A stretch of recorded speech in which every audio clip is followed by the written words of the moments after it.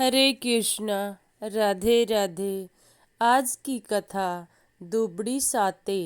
एक साहूकार था, उसके 7 पुत्र थे। जब वह अपने किसी बेटे का विवाह करता, उसी समय उसका बेटा मर जाता था। इस तरह उसके 6 पुत्र मर चुके थे। सबसे छोटा पुत्र बाकी था। एक दिन की बात है कि छोटे बेटे के विवाह की बात चल रही थी। शादी तय हो गई। रिश्तेदारों को न्योते भी भेज दिए गए। जब इस लड़के की बुआ आ रही थी तो उसे रास्ते में एक बुढ़िया मिली। वह चाकी से आटा पीस रही थी। वहाँ लड़के की बुआ कुछ देर के लिए बैठ गई। पहले उन्होंने बुढ़िया के पैर छुए। बुढ़िया बोली, बेटी तू कहाँ जा रही है?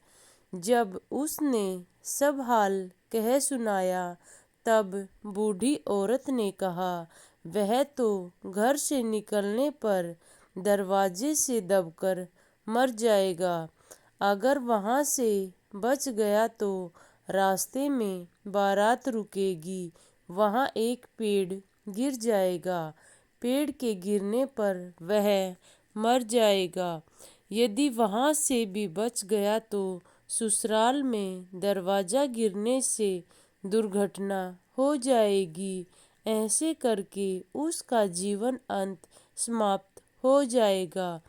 यदि वहाँ न मरा तो 7वें भंवर पर सर्प काट लेगा, तब वह अवश्य ही मर जाएगा। यह बात सुनकर लड़की की बुआ कहने लगी, माँ, क्या उसे बचाने का कोई उपाय नहीं है? तब बूढ़ी बोली, तो ठीक है, मैं कुछ उपाय बताती हूँ, परंतु यह अत्यंत कठिन है। उस लड़के को पीछे की दीवार फोड़कर निकालना, पेड़ के नीचे बारात न रुकने देना, ससुराल में भी पीछे का दरवाजा कटवा कर फिर उसे ले जाना। भंवरों का एक कटोरा दूध भर कर ले जाना। एक ताथ पर फांसा बनाकर रख देना। जब वह सांप दूध पीकर आएगा तो उसे बांध देना। फिर उसको बचाने के लिए उसकी मादा सांप आएंगी और वह सांप को मांगने के लिए हर तरह की इच्छा जाहिर करेंगी। तब तुम उनसे अपने 6 भतीजों को मांग लेना। वह उन्हें पुनः जीवित कर देंगी। साथ ही इस बात को किसी को न सुनने देना, नहीं तो सुनने वाला और सुनाने वाला दोनों की ही मृत्यु हो जाएगी। फिर आपका न कोई भतीजा बच पाएगा, न ही यह छोटा लड़का। यह कहकर बुढ़िया जाने लगी और बोली, मेरा नाम दुबड़ी है। यह सुनकर लड़के की बुआ घर आ जाती है।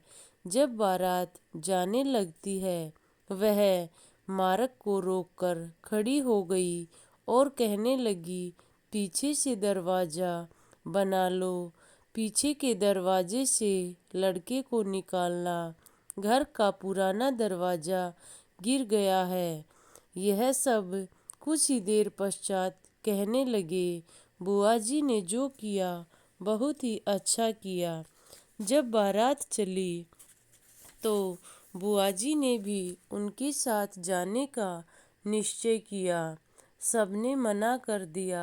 कहते हैं कि उस समय औरतें बारात में नहीं जाती थी, परंतु वह किसी की एक न मानी और बारात के साथ चल दी।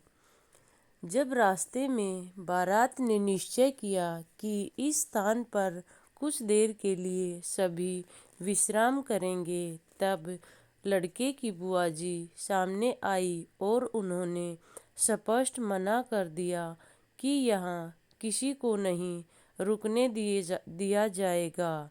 दूल्हे को वहाँ न बिठाकर धूप में ही बैठा दिया। दूल्हे ने धूप में बैठते ही कुछ देर पश्चात देखा वह भारी वृक्ष गिर पड़ता है और जन मन की हानि न होते हुए वे अपनी बारात को सुरक्षित लेकर निकल जाते हैं।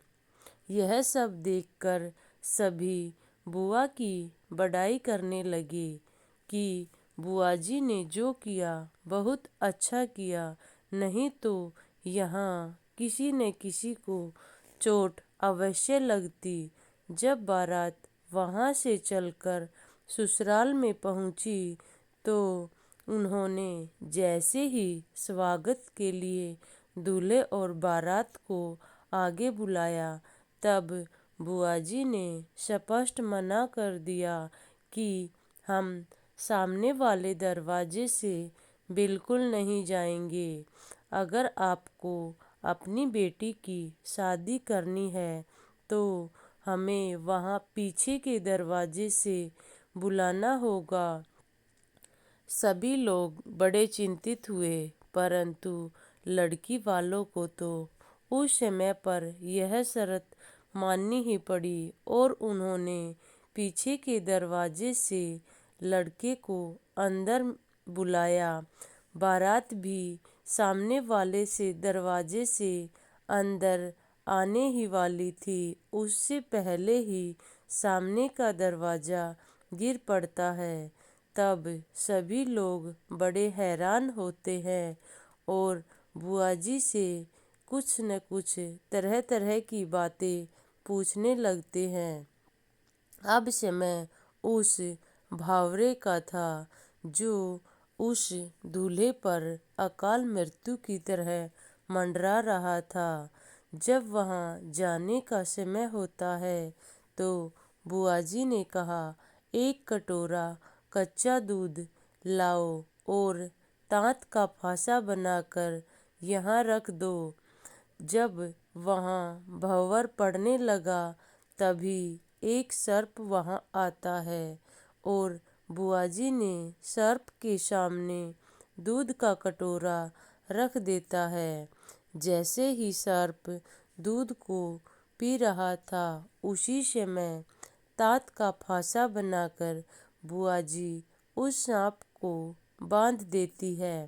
यह सब देखकर सभी लोग बड़े हैरान होते हैं और उसे बचाने के लिए उसकी मादा सांप आती हैं और उनसे प्रार्थना करती है कि आप हमारे स्वामी को सर्प की पत्नियां बुआ जी से बार बार अनुरोध कर रही थी कि हमारे पति को आप छोड़ दो, बदले में आप कुछ और हमसे मांग सकती हो।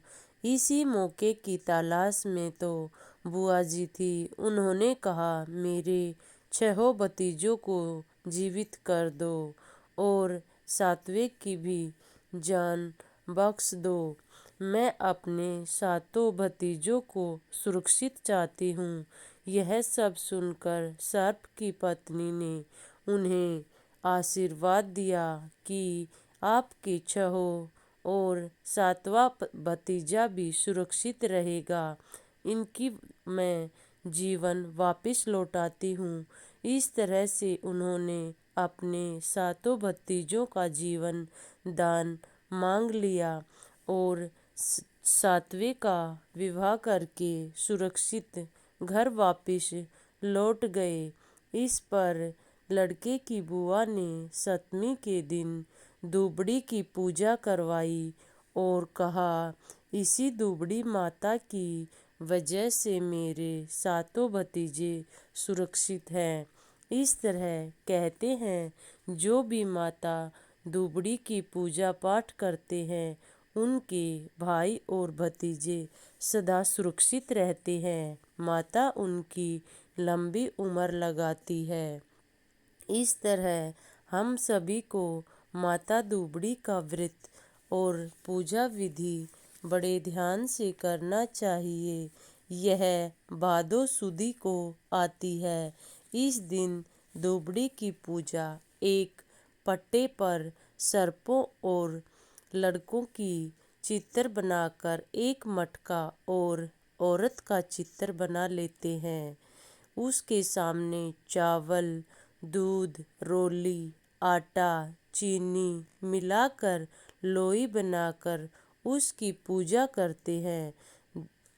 बाद में दक्षिणा चढ़ाते हैं, भीगा हुआ बाजरा चढ़ाते हैं, मोठ और बाजरे का बयाना निकालते हैं और उसे ससुर जी के पैर छूकर उन्हें दे देते हैं। जय श्री श्याम।